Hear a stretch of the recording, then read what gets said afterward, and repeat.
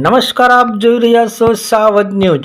વિજાપુરમાં અકસ્માતમાં હત્યાના મામલે રિકન્સ્ટ્રક્શન કરાયું। મહેસાણા જિલ્લાના વિજાપુરમાં અકસ્માતમાં ખપાવી દેવાયેલી હત્યાનો ભેદ વિજાપુર પોલીસે ગણતરીના કલાકોમાં ઉકેલ્યો છે। પત્ની અને દીકરીએ પતિ પિતાની હત્યા કરાવ્યાનું સામે આવ્યું। પૈસાની લાલચ આપીને ભાણેજ પાસે હત્યા કરાવી। 8 જુલાઈએ કાર ચાલકે એક્ટિવાને ટક્કર મારી હતી। અકસ્માતમાં વિનોદ પટેલનું કરણ મૃત્યુ નિપજાયું હતું। વિજાપુર પોલીસ મથકે હિટ એન્ડ રનની ફરિયાદ નોંધાયેલ કેસમાં પૂર્વ આયોજિત હત્યાનું કાવતરું બહાર આવ્યું। વિજાપુરમાં પરિવારે જ રચ્યું હત્યાનું કાવતરું।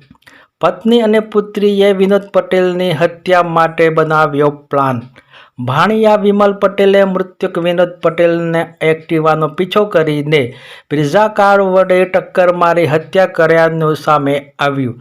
વિજાપુર પોલીસે આ સમગ્ર ઘટનાની ટેકનિકલ અને હ્યુમન સોર્સની કાવતરાનો કર્યો પર્દાફાશ। આરોપીઓને પકડી પાડી જેલ ભેગા કરવામાં આવ્યા। વિજાપુર પોલીસે આપેલી માહિતી મુજબ વિજાપુર પોલીસ સ્ટેશન વિસ્તારમાં બનેલી એક ચોંકાવનારી ઘટના સામે આવી છે। 8 જુલાઈ 2026ના રોજ બનેલી એક કથિત અકસ્માતની ઘટના ખરેખર પૂર્વ નિયોજિત હત્યા હોવાનો પર્દાફાશ થયો છે। કૌટુંબિક ઝઘડા અને શંકા વહેમના કારણે પત્ની અને પુત્રીએ જ ભાણેજને પૈસાની લાલચ આપી પોતાના જ પતિ પિતાની ગાડી નીચે કચડાવીને હત્યા કરાવી દીધી હતી। વિજાપુર પોલીસે ગણતરીના દિવસોમાં આ ગુનાહિત કાવતરાનો પર્દાફાશ કરી 3 આરોપીઓને ધરપકડ કરી છે। આનંદપુરા રોડ પર એક એક્ટિવા ચાલક વિનોદ પટેલને એક અજાણ બ્રેઝા ગાડીએ ટક્કર મારી હતી, જેમાં તેમનું મોત નિપજાયું હતું।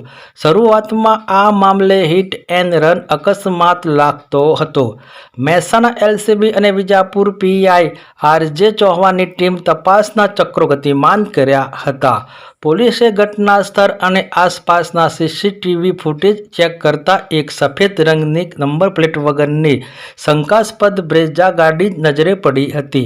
8 જુલાઈના રોજ આરોપી Vimal Patel CCTV camera fitting કરવા સફેદ બ્રેઝા ગાડી લઈને નીકળ્યો, પરંતુ સીસીટીવી ફૂટેજ કરવાની સાઇડ પર લઈને જવાને બદલે તે ગાડી આનંદપુરા તરફ ભગાવી ગયો હતો। આનંદપુરા ચોકડી આગળ વિમલે જાણી જોઈને એક એક્ટિવા સવારને જોરદાર ટક્કર મારી ગાડી ઊભી રાખ્યા વગર ત્યાંથી નાસી ગયો હતો।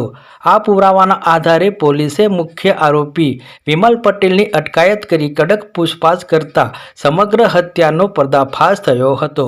મરણ જનાર વિનોદ પટેલ મેડિકલ સ્ટોર ચલાવતા હતા।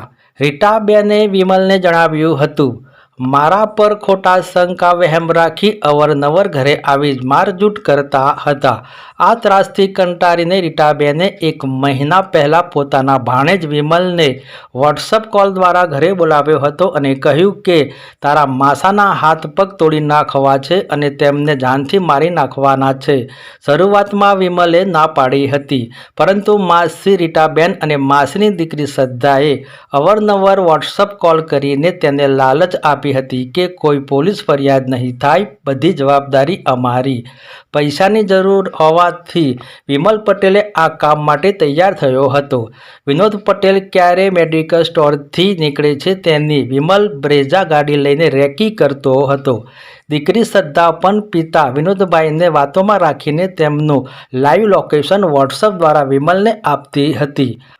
8 જુલાઈના રોજ વિનોદભાઈ રામબાગ પાસેથી એક્ટિવા લઈને નીકળ્યા ત્યારે વિમલે બ્રેઝા ગાડીથી તેમને પીછો કર્યો અને આનંદપુરા ચોકડી નજીક પૂરપાટ ઝડપે ગાડી ચલાવી એક્ટિવાને પાછળથી જોરદાર ટક્કર મારી તેમને મોતને ઘાટ ઉતારી દીધા। પોલીસે હત્યાનો ગુનાહિત કાવતરાનો પર્દાફાશ કરી 3 તહમતદારોને ઝડપી લીધા છે। મહેસાણા એલસીબી અને વિજાપુર પોલીસે ગણતરીના કલાકોમાં સમગ્ર ઘટનાનો ભેદ ઉકેલ્યો। મહેસાણા એલસીબી અને Vijapur police PI Vijapur police સ્ટાફના કર્મચારીઓએ અત્યંત પ્રશંસનીય કામગીરી સામે આવી. વિનોદ પટેલના હત્યાના આરોપી વિમલ પટેલને સાથે રાખી સમગ્ર ઘટનાનું વિજાપુર પોલીસે રિકન્સ્ટ્રક્શન કરાવ્યું. વિજાપુર પોલીસ સ્ટેશનના પીઆઈ આર.જે. ચૌહાણ અને વિજાપુર પોલીસ સ્ટાફના કર્મચારીઓની આ કામગીરીથી વિજાપુરના લોકો પ્રશંસનીય ગણાવી. વિજાપુરના લોકમુખે પણ ચર્ચાએ જોર પકડ્યું છે કે વિજાપુરમાં વારે વારે આવી બનતી ઘટનાઓના આરોપીઓને કડકમાં કડક સજા થાય. વિજાપુરમાં આવી કોઈ ઘટના ના બને તે માટે વિજાપુર પોલીસ આવા ક્રાઇમ આરોપીઓ અને અસામાજિક તત્વોમાં પોલીસનો ભય રહે તેવા કાયદામાં રહેશો તો ફાયદામાં રહેશોના પાઠ ભણાવે. વિશેષ ક્રાઇમ રિપોર્ટ મુકેશ વિજાપુરથી.